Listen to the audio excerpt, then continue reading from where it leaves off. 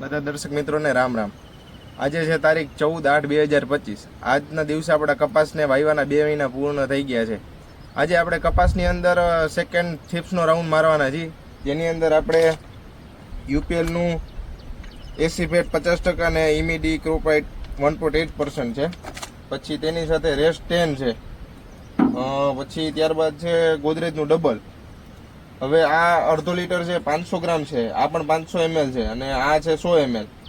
હવે આ બધાની અંદરથી આપણે ટોટલ 24 પંપ થાય છે।